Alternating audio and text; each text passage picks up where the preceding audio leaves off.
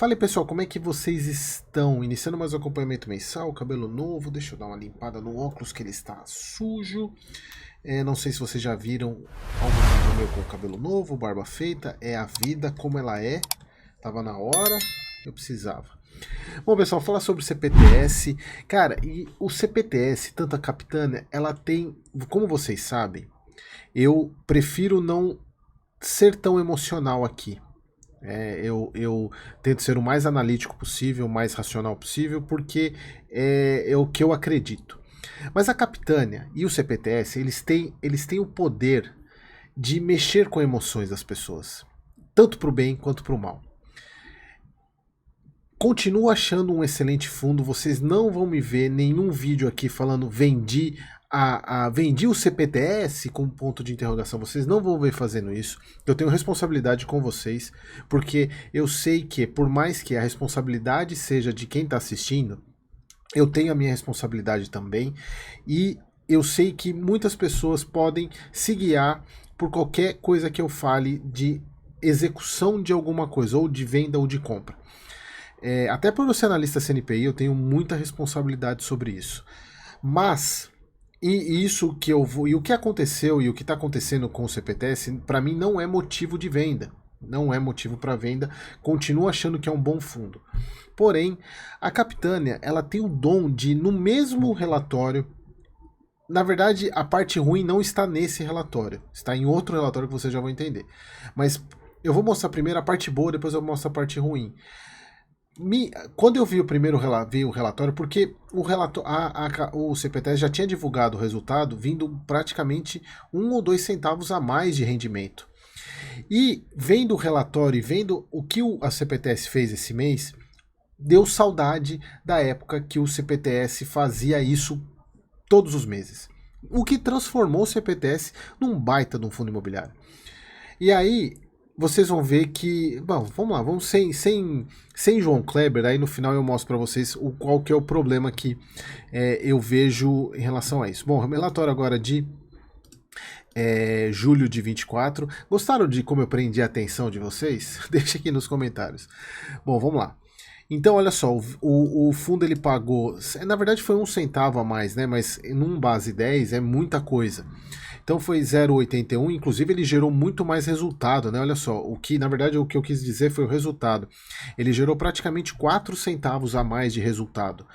Ele pagou porque ele fez reserva, então ele teve um resultado muito grande. E aí vocês já vão entender o que aconteceu. Então o fundo pagou 8 centavos, e aqui que começa a mostrar quais foram os grandes pontos. O fundo ele comprou 4,1 milhões de compras definitivas, eu já expliquei isso para vocês em alguns vídeos passados, né? E vendeu 61 milhões, ou seja, ele vendeu muito mais do que comprou. E aí, se vocês lembrarem das explicações que eu já fiz com vocês, principalmente sobre fundos que têm a carteira majoritariamente IPCA, grande parte do IPCA fica acruado no saldo devedor.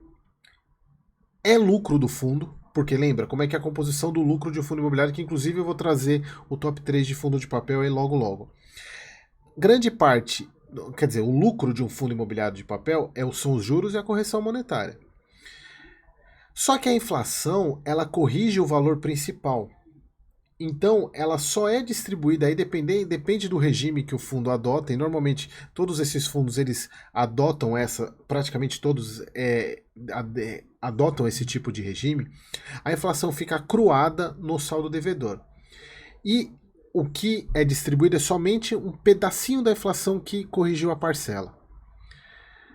Grande parte fica incorporada ao saldo devedor.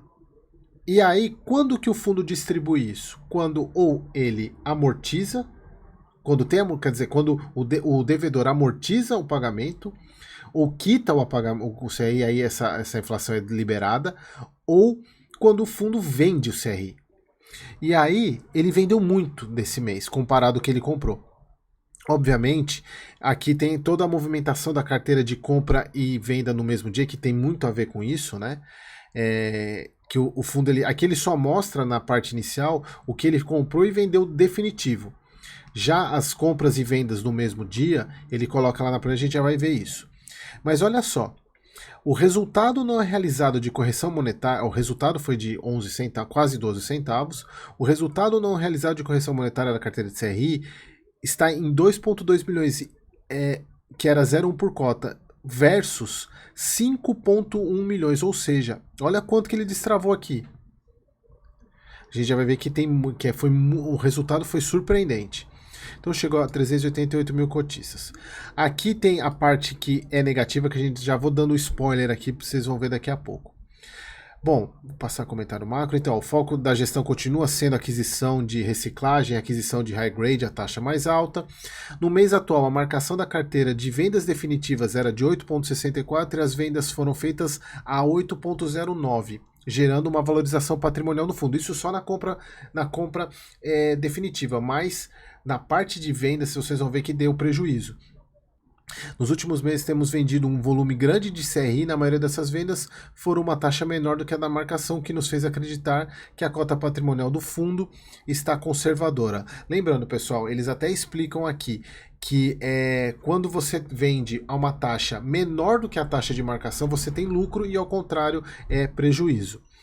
Aqui a parte da carteira, né? A gente teve, na questão das compromissadas, o fundo voltou a dar prejuízo, exatamente porque vinha numa tendência de queda da Selic, a Selic manteve, né? E a inflação, ela reduz, aumenta, mas ela acabou ficando menor, então o fundo teve um prejuízo, mas ainda no frigir dos ovos, no cômputo geral das compromissadas, o lucro ainda é de 0,5%, 0,5%. Então, aqui é só para mostrar que muitas pessoas colocam o resultado ruim do CPTS nos últimos meses, até no último ano, em função das compromissadas. Vocês vão ver, e o relatório desse mês mostra que não é isso. Obviamente poderia ser melhor, mas não é esse o problema do CPTS. Bom, vamos lá para a DRE, que é lá onde eu quero mostrar a grande questão. Aqui, pessoal, vocês vejam que aqui eles têm as compras, né? As definitivas estão em negrito, mas o que a gente tem que ver aqui na de vendas, que eles fizeram aquela coluninha de resultado da negociação. Mas olha só, basicamente, se a gente pegar aqui as compras, né, definitivas, as vendas, né? Você vê que grande parte tudo em prejuízo. Então, isso daqui reduz o valor patrimonial do fundo. Tá? Então é importante vocês verem, mas aqui a gente vê que eles fizeram muita venda, né? Como tem compra e venda no mesmo dia de mesmo volume, acaba não tendo resultado, mas libera a inflação. E aí, pessoal, olha só, primeiro aqui a questão de compra de fundo imobiliário, né? Compraram esse JCCJ11, compraram mais do EVBI aqui, recibo, né? Venderam o XPIS 11 e venda do HSRE 11 também. Mas o que mais me chamou a atenção, olha só, pessoal, o resultado. O fundo veio normal, rendimento de CRI, juros muito parecido, correção monetária muito parecido, mas olha só a atualização monetária, 20 milhões, ou seja, olha o quanto que o fundo destravou. Mas aqui a gente pode ver que o ganho de capital foi negativo. Então, por um lado, ele teve lucro a distribuir, mas essa parte de ganho de capital, você reduz o valor patrimonial. E aí isso gerou, pessoal, olha só o resultado do fundo, 37 milhões, muito acima, praticamente 12 milhões acima, o que propiciou com que ele tivesse um resultado por cota de 11 centavos, guardando uma baita de uma reserva, né? Aumentou em 3 centavos a cota. Isso é muito bom, porque o fundo consegue voltar a aumentar resultado, né? Voltar a aumentar dividendo. A gente não sabe se ele vai manter os dividendos acima, né? Porque ele pagou, obviamente, mais do que o mês passado, mas não tanto quanto ele poderia. Então eles fizeram essa reserva, né? Então isso é um ponto importante, mas assim, é para mostrar que será que voltaram a fazer isso? Será que mesmo eles tendo prejuízo no ganho de capital, vão voltar a ter desacruar essa inflação? Não sei, eu acredito que isso foi pontual. Tá, na minha visão isso foi pontual, não vai ser não vai continuar assim, até porque vocês vejam que quando você vem reduzindo isso aqui, é meio que uma troca, né? Você tem um ganho por um lado e uma perda pelo outro, né? Porque você acaba reduzindo o valor patrimonial do fundo, mas tem um ganho enorme aqui de atualização, de liberação de atualização da inflação. Então, esse é o lado positivo que eu vi esse mês, né? Finalmente deu a impressão que a gente voltou a ter o CPTS de antes. Vamos ver. A gente não tem como saber se eles vão continuar fazendo isso ou não. Mas o que eu quero mostrar para vocês? Agora, a parte negativa. Veja que está marcadinho aqui, pessoal, CRIs aqui do XPPR. Lembra daquela operação que a Quineia fez, né, de vender os ativos para a Capitânia, para o CPTS, e o CPTS, a Capitânia comprou os CRIs no mesmo... Foi um troca-troca que eles fizeram. E aí, a Capitânia, ela é na questão do XPPR, até pelo fato da Capitânia e a XP serem do mesmo grupo econômico, e aí teve toda aquela questão de conflito de interesse que muitas pessoas meteram pau, e de fato é um ponto ruim, né, você ter esse conflito de interesse, né, e a grande questão é a seguinte: a partir do momento que você, o fundo ou a gestora, no caso, porque não é todo, o XPPR é praticamente tanto a cota de fundo imobiliário quanto a dívida do XPPR está na Capitânia, mas não é tudo no CPTS, tá? Mas qual que é a grande questão? No caso do XPPR, a Capitânia, ela tá nas duas pontas. Ela tá na ponta dono do fundo pelo fato de ter cotas do XPPR, e na outra ponta ela é dona da dívida dele. E aí que está o ponto. Quando você tem esse tipo de situação e você tem um aconchego entre as duas gestoras, pelo fato dos dois estarem no mesmo grupo econômico, se porventura o devedor, o XPPR, resolver não pagar, será que a Capitânia executaria a dívida? Executaria? Lembra da questão do VGHF, que foi a mesma coisa também, dele ter a compra nas duas pontas? Ele é dono da cota do fundo e também dono da dívida. Então ele é credor e devedor ao mesmo tempo. O CPTS, a Capitânia, é a mesma coisa que o XPPR. Ela é credor e devedor ao mesmo tempo. Bom, aí é isso. Então fiquem com isso na cabeça. E aí, pessoal, o XPPR, eu não acompanho o fundo, porque para mim não faz muito sentido. Ele está no processo de venda lá de um dos edifícios do Faria Lima. Ele tem 2 edifícios tranqueira lá em Alphaville. Mas olha só, o fundo obteve em junho, junto aos detentores do CRI, aprovação de concessão de carência adicional para os pagamentos e amortizações dos juros remuneratórios de todos os CRIs. Olha que coisa linda. Concessão de carência. Em outras palavras, o IVER, né? Lembra do IVER, que é o perdão? Dependendo do lado é bom, né? Se você tem um Fiagro que ele na verdade não, né? Porque acaba que o IVER é um perdão para você não receber ou melhorar a situação para quem está devendo conseguir te pagar. Mas olha só, o fundo obteve junto aos detentores do CRIs a aprovação de concessão e de carência adicional para o pagamento de amortização dos juros remuneratórios de todos os CRIs para vencimentos no mês de junho e julho.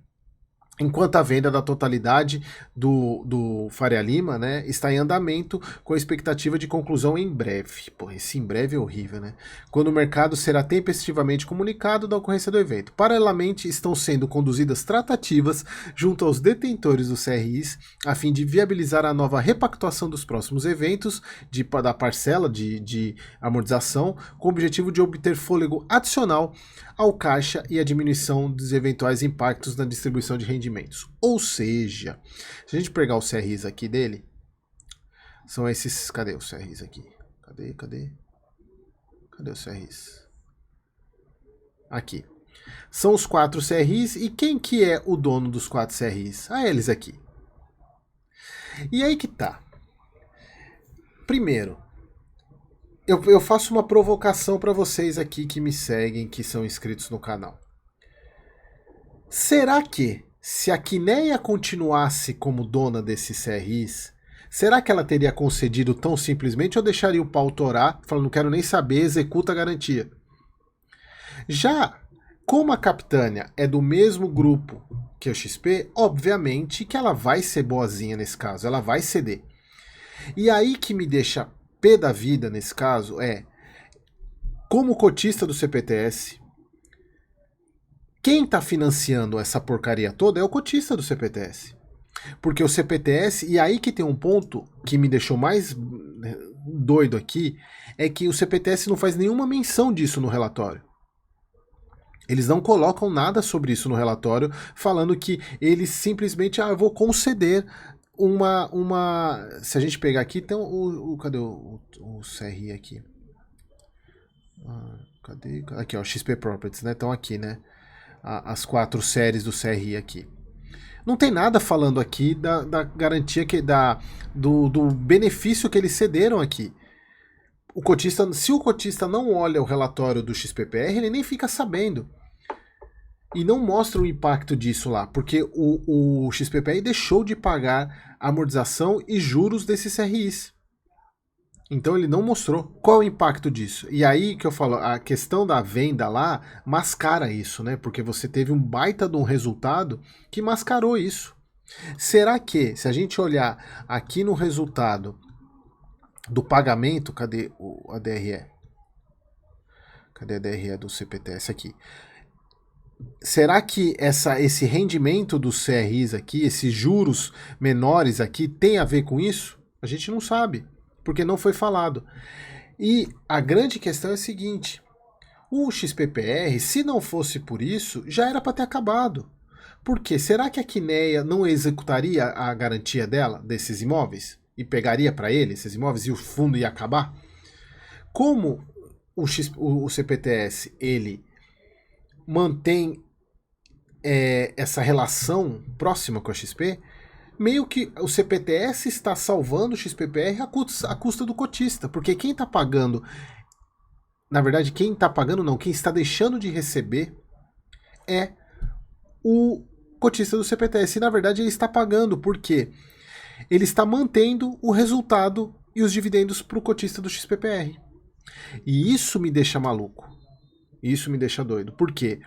Por mais que o fundo traga bons resultados, e a gente vê no histórico, ele é um bom fundo, mas poderia ser muito melhor.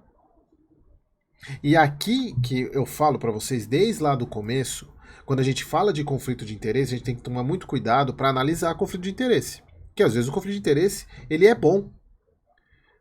Já esse tipo de conflito de interesse, ele é horrível para o cotista. Tá? E isso, eu, Eric, coloco o CPTS para mim em luz amarela. E aí eu falo para vocês, é para vender? Na minha opinião, não. Não é motivo de venda isso. Mas é para colocar em luz amarela. Então, aí eu queria que vocês deixassem a opinião de vocês aqui sobre esses movimentos, né? Mas, por isso que eu falei, né, pessoal? Eu já até fechar aqui o relatório. Por isso que eu falo para vocês que o CPTS, a Capitânia, eles têm poder de mexer com as emoções dos investidores, que é para ser racional, mas isso acaba tirando um pouco do sério mesmo, porque, por um lado, você tem uma volta